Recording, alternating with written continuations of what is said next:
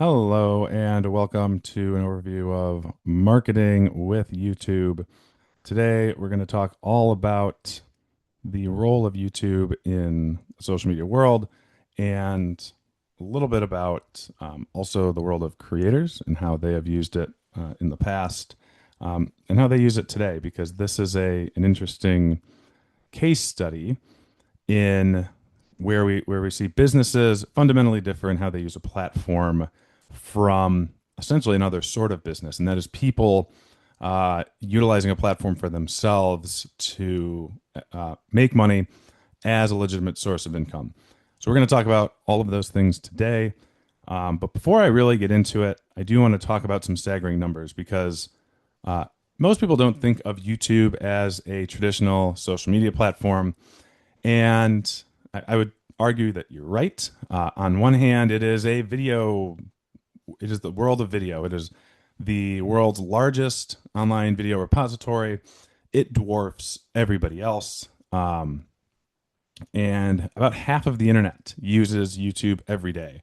So that's 2.5 billion people.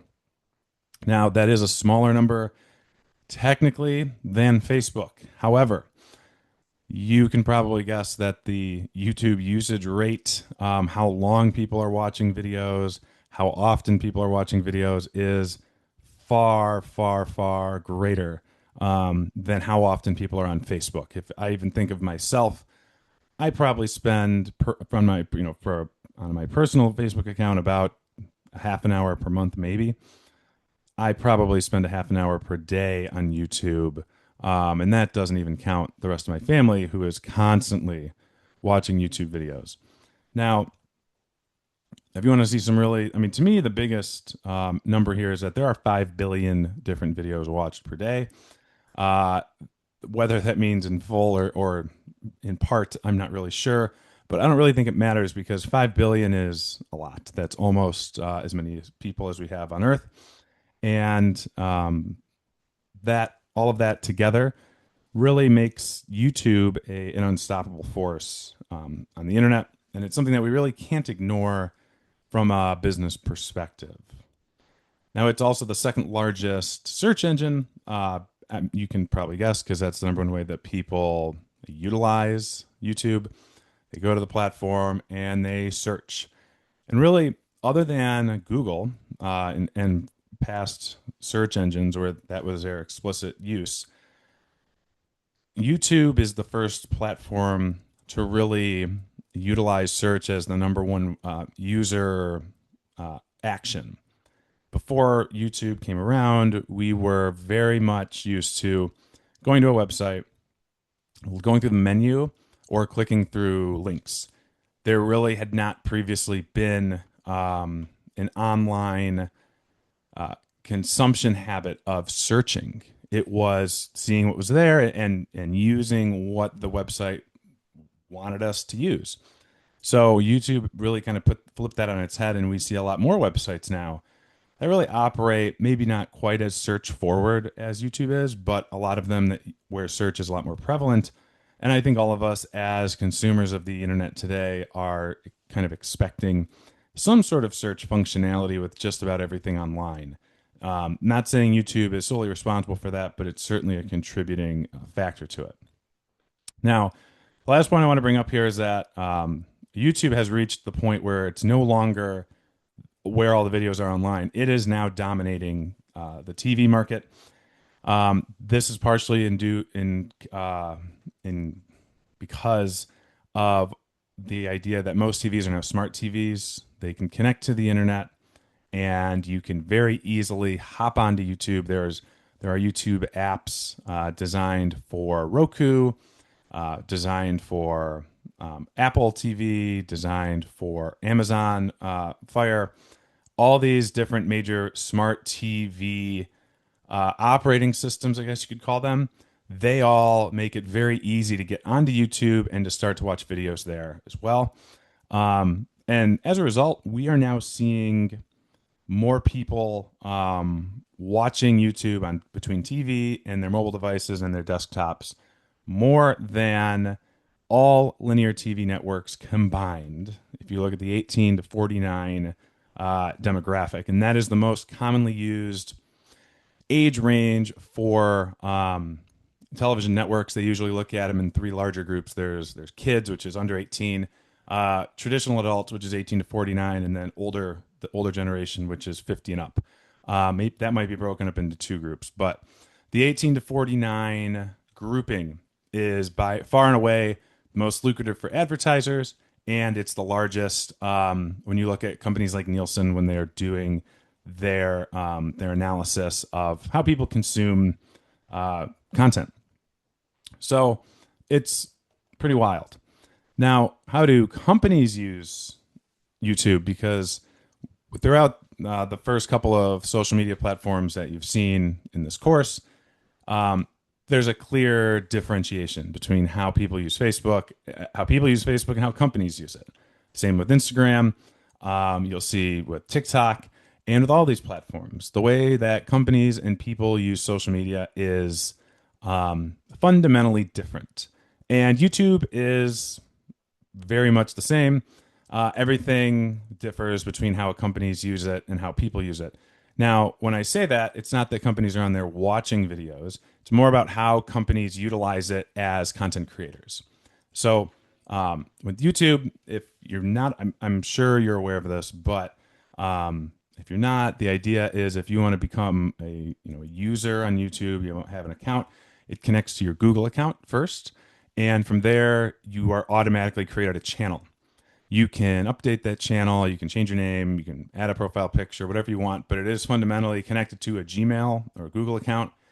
And you can comment, you can share, you can like, do all the regular engagements that you are used to for your own, for videos and all the other social networks. But now what we have with companies is companies are not usually on there engaging with other profiles or channels, as we would call them, but they are actively uploading and publishing videos like very regularly. We have seen companies really take to YouTube in a hurry. Just as I would argue, companies have been active on YouTube as long as they've been active on Facebook, which is really the first place that we saw businesses take off and really try to utilize the world of social media. But if you look at how companies are using YouTube, it's a pretty interesting space. So there's really three ways that companies are using it. One is the most common. I don't have an actual number here, but I would guess most, probably like a pretty large majority of businesses are using YouTube as essentially a file cabinet. That is where they can just post all their videos online. They can, get them into a place where you can easily find them. You can grab them. You can embed the videos on your website, which we'll talk about a little bit later. And that's just the place to go. If they get traffic, if they go viral, if they get a lot of hits, great. That's just a happy circumstance. But that's really not the goal. The goal is just to get the videos all up online somewhere. The next much smaller group is a very small grouping of companies that actually use YouTube as part of their search engine optimization strategy. That's where they want their audience to find their videos, either through YouTube or through Google. This is, YouTube being owned by Google allows companies to have better access to Google search results through their YouTube videos. Depending on what you search for, either a name or a keyword phrase, you may see results from YouTube at the very top of the first page, halfway down the first page. And generally, if there are a wealth of video options on YouTube for that phrase that you search on Google, you will see an entire section of the page dedicated to those videos. So that's something to think about. And then finally, we have the idea of companies using YouTube as other social networks. And that really came about with the addition of shorts about 5 years ago. Shorts are 3 minutes or less for the most part. vertical videos that are available for anybody to upload to their channel. It is a direct competitor to Instagram Reels and TikTok. And we are seeing now the usage of shorts really skyrocketing and becoming, I mean, I would argue it's just as popular as the other two.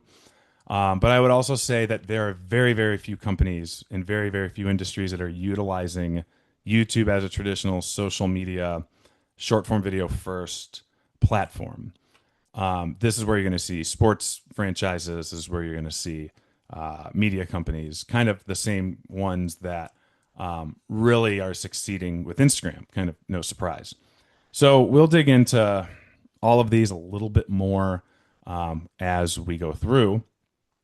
But really, I'm even though I'm 3 slides in, I'm already more than 10 minutes into it here. So I think this is actually the place to stop because we're going to have several of these videos. There are a lot of sections. And coming up, we're going to look at just the fundamental difference between short form video and long form video.